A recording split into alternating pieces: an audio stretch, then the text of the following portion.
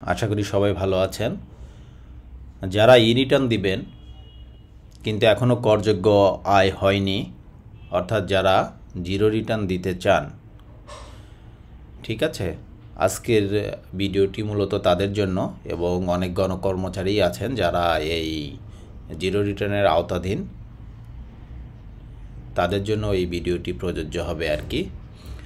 তো চলুন আমরা দেখি যে কিভাবে জিরো রিটার্ন সাবমিট করতে হয়। ঠিক আছে, বিশেষ করে প্রাইমারি স্কুলের শিক্ষক সহ অনেকেই আছেন যারা গণকর্মচারী কিন্তু করযোগ্য আয় এখনও হয়নি। পুরুষদের জন্য 3.5 লক্ষ টাকা এবং মহিলাদের জন্য 4 লক্ষ টাকা, যাদের আয় এখনও ক্রস করেনি, মূলত তাদের জন্য। ঠিক আছে, তো আশা করি সবাই ভালো আছেন। চলুন শুরু করা যাক। আজকে প্রথমে যে কাজটি করব, এটা আর দেখাইলাম না আপনাদের, etax.nbr.gov.bd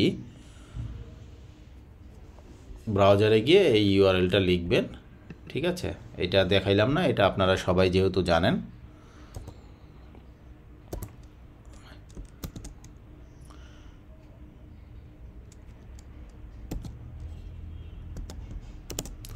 তো এখানে যাওয়ার পরে আমি টিন নাম্বারটা দিলাম এবং পাসওয়ার্ড দিলাম। পাসওয়ার্ড দেওয়ার পরে এখানে নিচে দেখেন এটা ক্যাপচা, একটা ক্যাপচা আছে। এই ক্যাপচাটা একটু মনোযোগ সহকারে দেবেন আপনারা, দেখে দেওয়ার পরে লগ ইন করলাম। লগ ইন করার পরে আমি যে কাজটা করব, রেগুলার রিটার্নে যাব। রেগুলার রিটার্নে যাওয়ার পরে দেখেন এখানে যে কাজটা করবেন, বাম সাইডে যে অ্যাসেসমেন্ট ইনফরমেশান আছে, এগুলো বাই ডিফল্ট থাকে, এগুলো এরকমই থাকবে আর কি। ঠিক আছে, আর ডাইন সাইডে যে হেডস অফ ইনকাম আছে, এখানে ইনকাম ফ্রম এমপ্লয়মেন্ট দিবেন। আর যারা গণকর্মচারী বা প্রাথমিক স্কুলের শিক্ষক বা যাই হন না কেন, যারা জিরো রিটার্ন দিবেন, তাদের বেশিরভাগেরই একটা কি মিনিমাম সেভিংস অ্যাকাউন্ট থাকে কোনো কিছু না থাকলে। ঠিক আছে, সেই জন্য ইনকাম ফ্রম ফাইন্যান্সিয়াল অ্যাসেট দিবেন। ওকে, দেওয়ার পরে সেভ অ্যান্ড কন্টিনিউ বাটনে ক্লিক করবেন।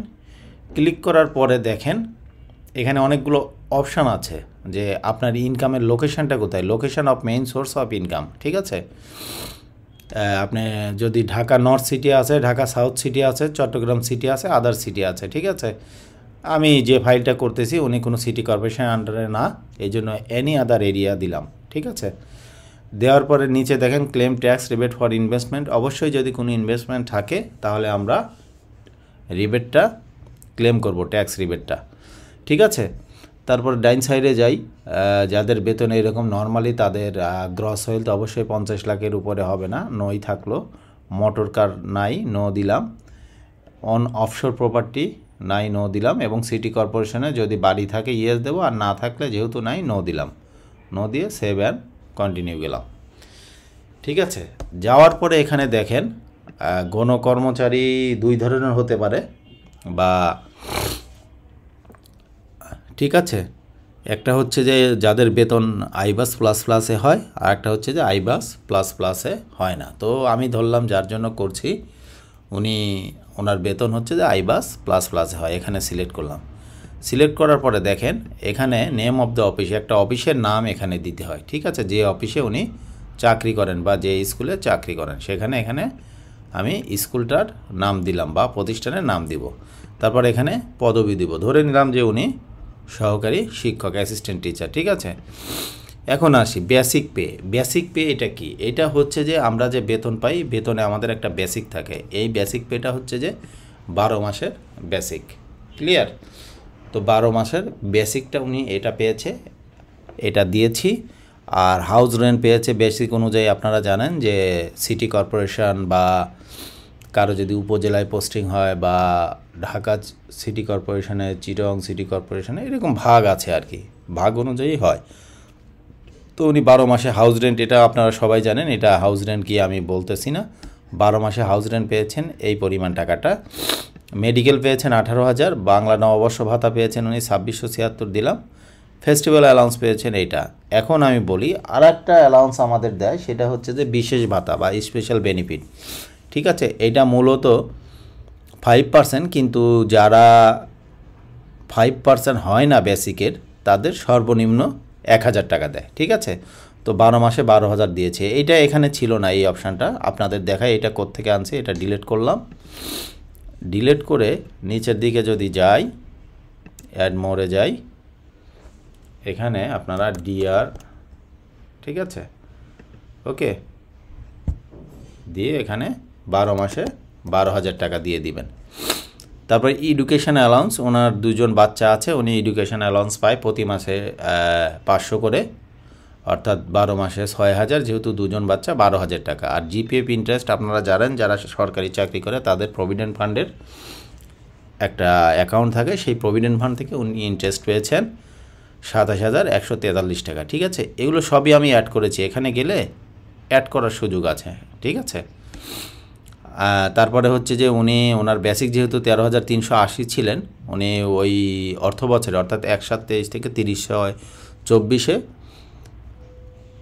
13,380 অর্থাৎ রিক্রেশন অ্যালাউন্স পেয়েছেন, ঠিক আছে, রিক্রেশন পেয়েছেন, সেটা দিয়েছি। এটাও এখানে ছিল না, যদি আমি ডিলিট করি, দেখেন এখানে ডিলিট করি, ডিলিট করে এটা আপনাদের দেখাই কিভাবে অ্যাড করে recreation, okay. Rest and recreation allowance কত ছিল? 13,380, ক্লিয়ার। উনি টিফিন অ্যালাউন্স পায়, টিফিন অ্যালাউন্স পায় হচ্ছে আপনার বছরে 2,400 টাকা। তো এটা দিলাম, দিয়ে হিস্ট্রিটা দেখে নিলাম, ওকে, দেখেন, ঠিক আছে, এখানে দেখাচ্ছে, দেখেন এটা কত আসছে। এই উপরে যদি দেখেন, এটা অ্যামাউন্ট, ট্যাক্স এক্সামটেড আর ট্যাক্সেবল ইনকাম, অর্থাৎ ট্যাক্সেবল ইনকাম কত? 1,87,320, অর্থাৎ উনি কি জিরো রিটার্ন দিবেন, ঠিক আছে, যেহেতু ওনার এটা আয়ের সীমা 4 লাখ টাকার নিচে, উনি জিরো রিটার্ন দিবেন। মহিলাদের জন্য 4 লাখ আর পুরুষদের জন্য 3.5 লাখ। ওনার একটা অ্যাকাউন্ট আছে, ওনার অ্যাকাউন্ট এখানে ইনকাম ফাইন্যান্সিয়াল অ্যাসেটে গেলাম, যাওয়ার পরে এখানে দেখেন ইন্টারেস্ট প্রফিট ব্যাংক, এই অংশটা সিলেক্ট করব আমরা। সিলেক্ট করার পরে ওনার অ্যাকাউন্টটা সোনালী ব্যাংকে, অ্যাকাউন্ট নাম্বার দিলাম, গ্রস অ্যামাউন্ট কত ইন্টারেস্ট পেয়েছে সেটা এখানে দেখালাম। আর এখানে হচ্ছে ওনার এক্সাইজ ডিউটি থেকে শুরু করে বিভিন্ন ধরনের চার্জ কেটেছে, সেই টাকাটা এখানে দেখালাম। আর এখানে টিডিএস পেয়েছিল উনি 11 টাকা, সেটাও দেখালাম, ঠিক আছে। দেখানোর পরে যদি এমন হয় যে ওনার এইটার পরেও কোনো সঞ্চয়পত্র বা অন্য কোনো অপশন থাকে বা থেকে থাকে, তখন আপনারা সেভ ড্রাফট দিয়ে just add another type select করবেন। এই দেখেন এখানে অপশান আছে, আপনি চাইলে কি সঞ্চয়পত্র যদি থাকে ওনার সিলেক্ট করতে পারেন, ঠিক আছে, ওকে। তো আমি এটা গেলাম না, এটা বাদ দিলাম, ঠিক আছে। এখন সেভ অ্যান্ড কন্টিনিউতে যাই।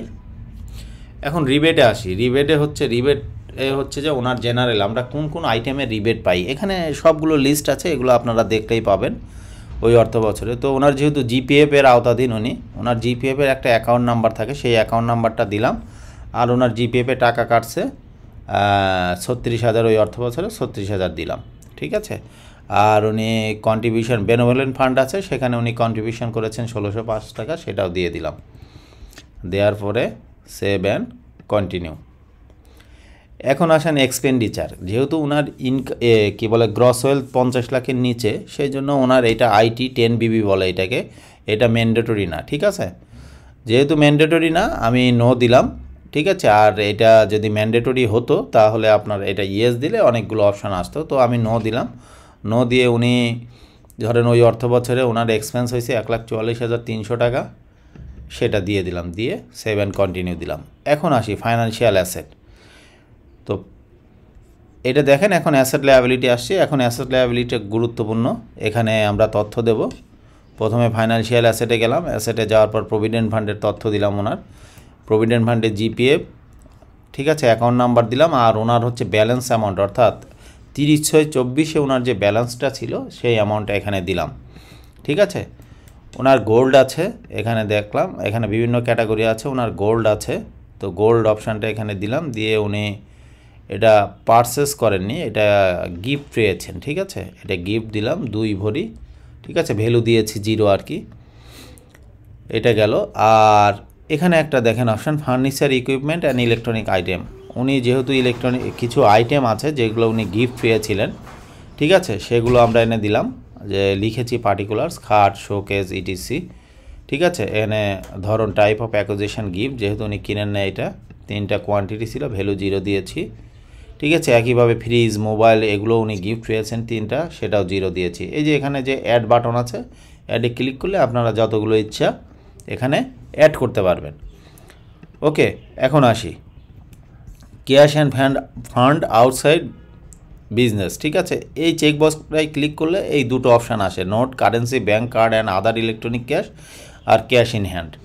ঠিক আছে, তো ওনার হচ্ছে যে ব্যাংকে একটা টাকা ছিল, তো ব্যাংক অ্যাকাউন্ট, সোনালী ব্যাংকে অ্যাকাউন্টটা এই যে এখানে দেখেন, এখানে অ্যাডে ক্লিক করলে এই হিস্ট্রিটা দেয়। এখানে আমরা একটা অপশান দেয় অ্যাড করার জন্য, তো এরকম অপশানে গিয়ে আমরা ব্যাংক অ্যাকাউন্ট দিয়েছি, এখানে কোন মাধ্যম থেকে টাকাটা, ব্যাংক অ্যাকাউন্ট দিয়েছি, এই প্রতিষ্ঠানের নাম দিয়েছি, ব্যাংকের অ্যাকাউন্ট নাম্বার দিয়েছি, আর ব্যালেন্স যা ছিল সেই টাকাটা দিয়েছি। দেওয়ার পর ক্যাশ ইন হ্যান্ডে ওনার টাকা, এটা মিলানোর জন্য নর্মালি লাগে। ঠিক আছে, 2595 টাকা ওনার ছিল, সেটা দিয়েছি। এটা মূলত যখন আমরা শেষে মিলাবো এটা একটু কম বেশি অনেক সময় হয়, করে দেখাইতে হয়, কারণ সবাই স্পষ্ট এটা করতে পারে না। ঠিক আছে, তবে আপনাদের বলি একটা, ওনার কোনো লায়াবিলিটি নাই, খেয়াল করেন ওনার কোনো লায়াবিলিটি নাই, তো সেই জন্য দিই নাই। অনেকেরই হাউস বিল্ডিং লোন বা বিভিন্ন ধরনের লোন থাকতে পারে, যাদের আছে তারা দেবেন। তবে আপনাদের একটা বুদ্ধি বলি, এই অ্যাসেট অ্যান্ড লায়াবিলিটি এসে প্রথমে আপনারা যে কাজ করবেন, এটা গত বছরের নেট ওয়েলটা প্রথমে দিয়ে নেবেন, তাহলে সুবিধা হবে। ওনার নেট ওয়েল ছিল গত বছরে 62,201 টাকা। ঠিক আছে, সেটা দিয়েছি 62,201 টাকা। ওকে, 62,201 টাকা দিয়েছি, সেটা এখানে দিলাম আর কি। ঠিক আছে, দেওয়ার পরে তাহলে আপনাদের মিলাতে সুবিধা হবে। দেখেন এখন দিলে দেখেন এখানে ভ্যালুটা 0 হয়েছে।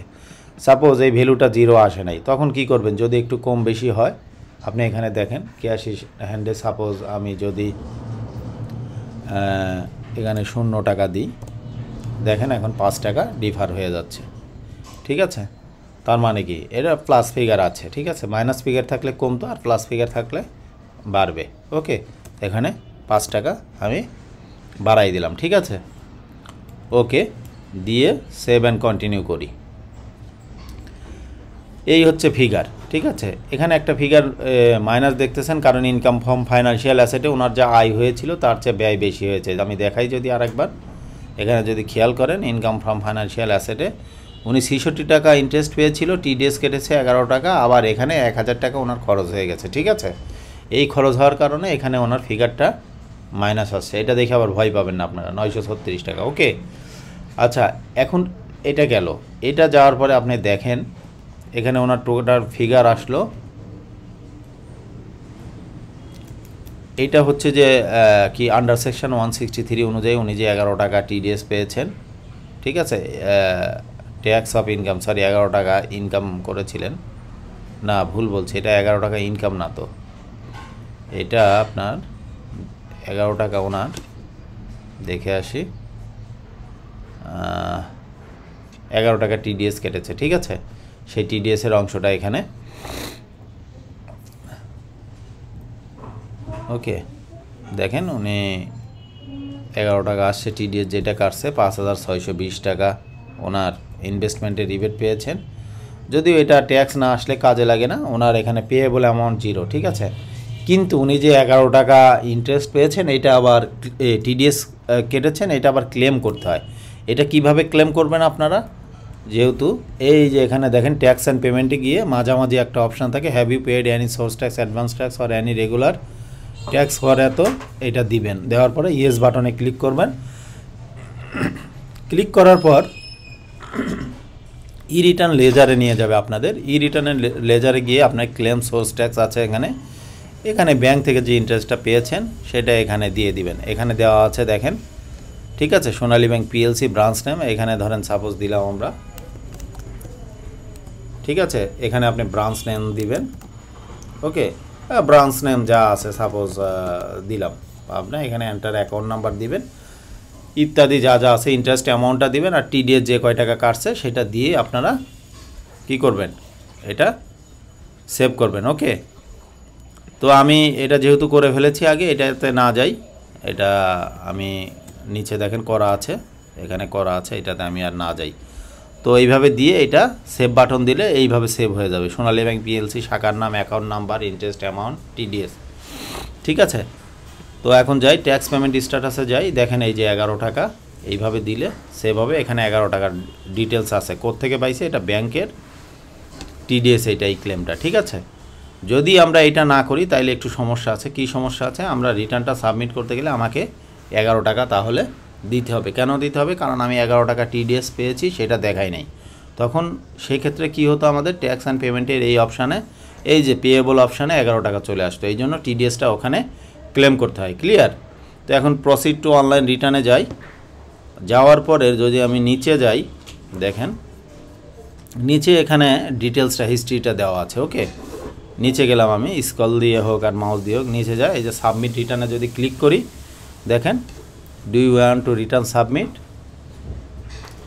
ওকে, দেখেন ওনার রিটার্নটা সাবমিট হয়ে গেছে। সাবমিট হওয়ার পর এটা আপনারা যত্ন সহকারে রাখবেন। এই যে রেফারেন্স নাম্বার আছে, এটাকে অ্যাকনলেজমেন্ট রিসিভ বলে, এটা একটা প্রিন্ট করে রাখবেন। ক্লিক করলে এই যে প্রিন্ট, এখানে প্রিন্টের অপশান দেয়। ওকে, দেখেন এখানে প্রিন্টের অপশান পাবেন। আমার এখানে যেহেতু প্রিন্টার অ্যাড নেই, এটা প্রিন্টের অপশান পাবেন। একইভাবে ট্যাক্স রেকর্ডে যদি যান, সেখান থেকে আপনারা এক্সপ্রেস সার্টিফিকেট নিতে পারবেন। এই যে দেখেন total income, wealth, net wealth, paid tax, ঠিক আছে।